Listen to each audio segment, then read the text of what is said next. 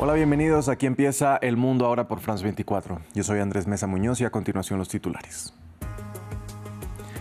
En Irán, las ONG cifran hasta en más de 400 el número de muertos en el marco de las protestas contra el gobierno que ya completan 14 días. El presidente de la República Islámica condenó las manifestaciones mientras su círculo culpó a Estados Unidos e Israel de fomentar la inestabilidad. Donald Trump lanza amenaza contra Cuba. El presidente de Estados Unidos instó al gobierno de la isla a llegar a un acuerdo antes de que sea demasiado tarde. Desde La Habana rechazaron las declaraciones del mandatario. El presidente Miguel Díaz-Canel dijo que a Cuba nadie le dice qué hacer.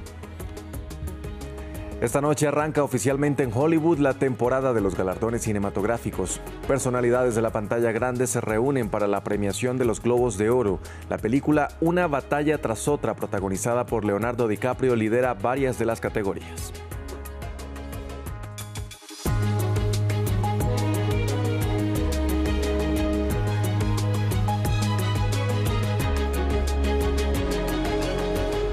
Vamos a empezar en Irán. Nuevas protestas sacudieron Teherán y otras ciudades importantes del país este fin de semana. Las ONG citan hasta en más de 400 muertos en el marco de las manifestaciones, mientras que las autoridades culpan a Estados Unidos e Israel de fomentar la inestabilidad. El presidente iraní, Masoud Pezeshkian, reapareció en una entrevista e hizo un llamado a detener las movilizaciones. Esta autopista en las afueras de Mashhad, la segunda ciudad más grande de Irán, se llenó por completo de manifestantes. Se vivieron escenas similares en Teherán, aquí en la Plaza Punak, que en los últimos días se ha convertido en el epicentro del movimiento en la capital. El domingo, el jefe de la Policía Nacional dijo que las autoridades habían realizado detenciones significativas de figuras destacadas de la protesta durante la noche. Donald Trump ha vuelto a decir que Estados Unidos está dispuesto a intervenir para ayudar a los manifestantes. En respuesta, el presidente del Parlamento de Teherán ha lanzado una advertencia al presidente de Estados Unidos y a Israel, a los que se refiere como los territorios ocupados. Tengan en cuenta que si emprenden acciones para atacar Irán, tanto los territorios ocupados como todos los centros militares, bases y buques estadounidenses en la región serán considerados objetivos legítimos por nuestra parte. Desencadenadas a finales de diciembre por los comerciantes de Teherán que protestaban contra la fuerte caída de la moneda local y la inflación galopante, las manifestaciones se extendieron por todo el país y los participantes corearon consignas contra el régimen islámico. El domingo, el presidente se comprometió a abordar las dificultades económicas, pero también acusó a algunos manifestantes de trabajar para enemigos extranjeros. Estados Unidos e Israel están dando instrucciones a estas personas diciéndoles, adelante, los apoyamos. Los mismos que atacaron este país y mataron a nuestros jóvenes y a nuestros niños les dicen, hagan este trabajo, estamos con ustedes, vayan y lleven a cabo actos de sabotaje y nosotros los apoyaremos desde atrás. Las organizaciones de derechos humanos denuncian una nueva ola de represión mortal. Según las ONG, cientos de personas ya han muerto en las manifestaciones y miles más han sido detenidas. Cifras que podrían estar subestimadas según algunos testigos en el terreno. Israel se pronunció sobre las protestas en Irán. El primer ministro Benjamin Netanyahu dijo que estaba siguiendo de cerca estos acontecimientos. El mandatario se refirió además al gobierno iraní como una tiranía. Israel apoya la lucha por la libertad de los iraníes y condena con la mayor firmeza posible las masacres de personas inocentes. Todos esperamos que la nación persa se libere pronto del yugo de la tiranía y que, cuando llegue ese día, Israel e Irán vuelvan a ser socios fieles para construir un futuro de prosperidad y paz para ambos pueblos. Vamos ahora a Gaza, donde varias ONG como Médicos Sin Fronteras siguen trabajando en el enclave mientras Israel les dio hasta el 1 de marzo para cesar sus actividades y salir de territorio palestino. Se prevé que la prohibición israelí a 37 organizaciones que operan en Gaza y Cisjordania ocupada tenga consecuencias graves para una población ya viviendo al límite. Gabriel Colchen tiene los detalles. ¿Qué reemplazará el vacío que dejará la salida de decenas de ONGs de Gaza? Antes del 1 de marzo, Médicos Sin Fronteras, así como otras 36 organizaciones, deberán abandonar la franja de Gaza según la orden de Israel. Me entristeció mucho porque estuvieron a nuestro lado durante toda la guerra y no nos abandonaron. Israel revocó las licencias de 37 organizaciones que operan en Gaza y Cisjordania ocupada, argumentando que no cumplen con los requisitos de registro. Las nuevas reglas exigen a las ONGs proporcionar información detallada sobre sus empleados, algo que se negaron a hacer, alegando que va en contra de los principios del derecho humanitario de neutralidad e independencia. Israel acusa a estas organizaciones de mantener vínculos con Hamas sin aportar pruebas.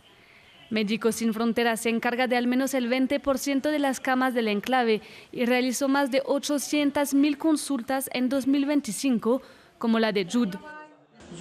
Jude sufrió un accidente cuando el agua hirviendo se derramó sobre él debido a los fuertes vientos. Lo llevamos al hospital, donde Médicos Sin Fronteras se hizo cargo de su tratamiento. Gracias a Dios cumplieron con su deber de la mejor manera posible. Al principio su estado era muy grave, pero ha mejorado notablemente y las marcas de la herida en su rostro han disminuido mucho. Se temen graves consecuencias sanitarias en una franja de Gaza donde el trabajo humanitario ya está ampliamente obstaculizado por Israel. Tenemos más de 20 centros de salud, por lo que es casi imposible encontrar una organización que venga aquí y sea capaz de sustituir todo lo que hacemos actualmente en Gaza. Israel sigue restringiendo la llegada de alimentos, medicinas o equipos necesarios para reparar las infraestructuras vitales, lo que va en contra de su obligación ante el derecho internacional de facilitar la llegada de ayuda humanitaria al enclave. Las fuerzas democráticas sirias lideradas por los kurdos y también conocidas como FDS anunciaron su retirada de 2 barrios de la ciudad de Alepo en virtud de un alto el fuego acordado.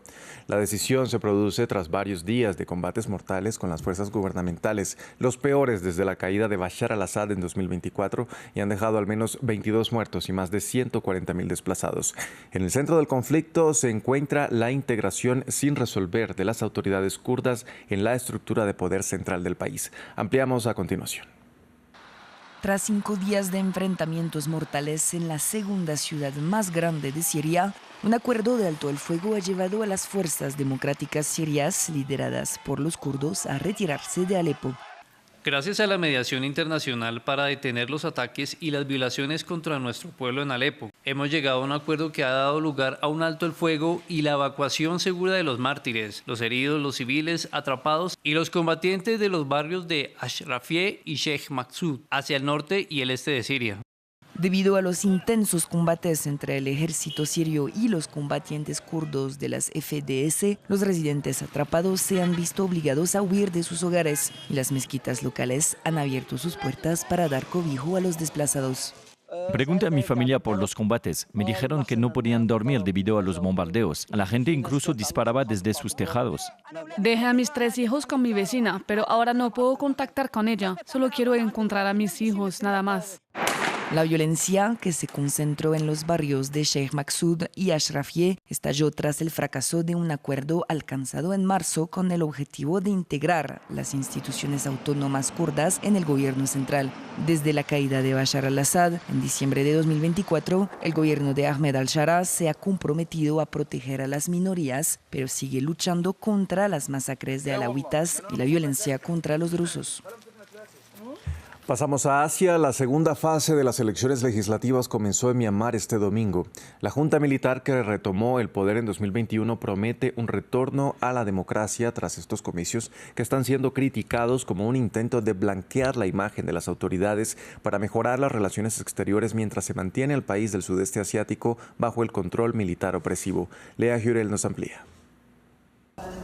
Las urnas se abrieron este domingo en Myanmar por la segunda fase de sus primeras elecciones desde el golpe de estado de la junta militar hace 5 años. Quiero que las cosas mejoren para la población después de estas elecciones. Queremos volver a una situación de paz.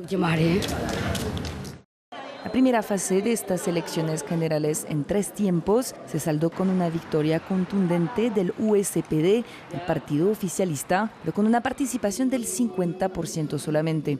Además, en 65 de los 330 municipios del país no habrá votación debido a los conflictos armados, con las autoridades amenazando a quienes protestan o critican las elecciones con hasta 1 década de prisión y con listas compuestas en su mayoría por partidos favorables al ejército. Analistas denuncian entonces una manipulación por parte de la Junta. No se trata de una consulta pública, se trata de manipular el resultado para que el partido del ejército gane por mayoría aplastante. El ejército derrocó al gobierno civil de Aung San Suu Kyi en 2021, alegando que la Premio Nobel de Paz debía su cargo a un fraude electoral masivo. Un golpe de Estado que sumió al país en una sangrienta guerra civil con un saldo de más de 6.000 civiles muertos, según la ONU. Donald Trump volvió a amenazar a Cuba. En su red social Truth Social, el presidente estadounidense instó a la isla a llegar a un acuerdo, según dijo, antes de que sea demasiado tarde. El republicano amenazó con cortar el suministro de petróleo y de dinero por parte de Venezuela. En respuesta, el presidente cubano Miguel Díaz-Canel señaló a la Unión Americana de convertir todo en negocio y afirmó que a Cuba nadie le dicta qué hacer. Cuba vivió durante muchos años gracias a las grandes cantidades de petróleo y dinero procedentes de Venezuela. A cambio, Cuba proporcionó servicios de seguridad a los dos últimos dictadores venezolanos, pero ya no. La mayoría de esos cubanos han muerto en el ataque estadounidense de la semana pasada. No habrá más petróleo ni dinero para Cuba, nada. Les recomiendo encarecidamente que lleguen a un acuerdo antes de que sea demasiado tarde. No tienen moral para señalar a Cuba en nada, absolutamente en nada, quienes convierten todo en negocio, incluso las vidas humanas. Quienes hoy drenan histéricos contra nuestra nación lo hacen enfermos de rabia por la decisión soberana de este pueblo de elegir su modelo político. Vamos a Argentina, que continúa luchando contra los incendios forestales en la Patagonia, que ya dejan unas casi 12.000 hectáreas de bosque afectadas, según reportó el gobierno local. La cifra es el doble de lo informado ayer por las autoridades de la provincia de Chubut, que informaron que este sábado se lograron avances antes del mediodía, pero que la velocidad del viento reactivó algunos sectores. Otras provincias de la Patagonia, como Santa Cruz, Río Negro y Neuquén, también reportan incendios. Pero también, como recién, acá en el Pedregoso, foquitos de incendio que quedan secundarios, que se vuelven a reactivar con el cambio del viento, y bueno, y ya las brigadas están en lo más grande, en lo más grueso. La verdad que mucha organización espontánea de la gente, a pura voluntad, eso trae un poco de caos, pero la estamos remando porque el agujero es muy grande, digamos.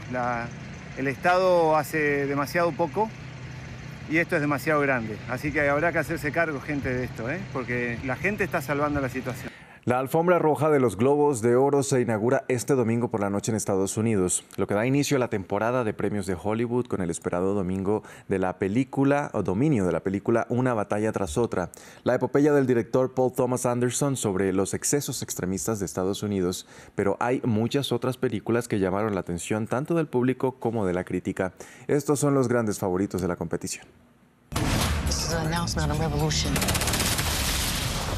Esta película es la gran favorita de los Globos de Oro, con 9 nominaciones.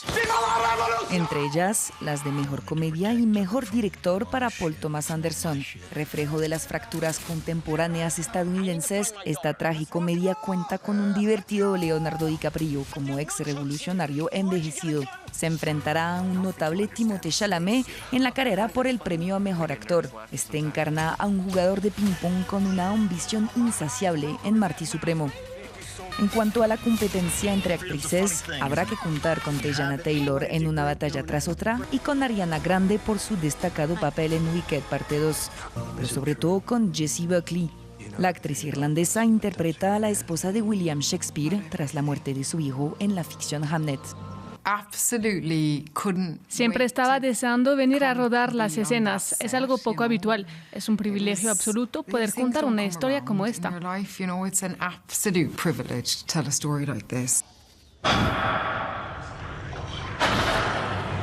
Se esperan también premios para Sinners de Ryan Coogler, que compite por el galardón a Mejor Película Dramática. La cinta narra el sufrimiento de las personas negras en el sur segregacionista de los años 30 en Estados Unidos. Se enfrentará a Valor Sentimental del noruego Joachim Trier y sus 8 nominaciones, una película sobre la dolorosa relación entre un padre cineasta ausente y sus 2 hijas.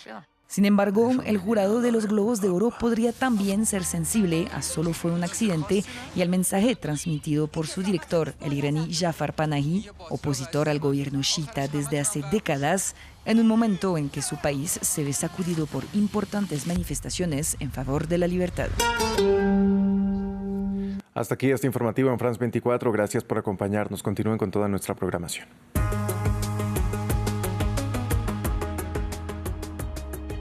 Bienvenidos a un nuevo episodio de Medio Ambiente por France 24. Calentamiento global, pérdida de la biodiversidad, contaminación, las crisis de un planeta en peligro. Hablemos ahora de las consecuencias, porque el petróleo contaminó la fuente de agua que abastece a más de 500.000 personas en Ecuador. Ante estos desafíos ambientales, surgen soluciones creativas. Descubra las salidas sostenibles para un planeta resiliente. Acompáñenme en la crónica de Medio Ambiente en France 24 y en france24.com.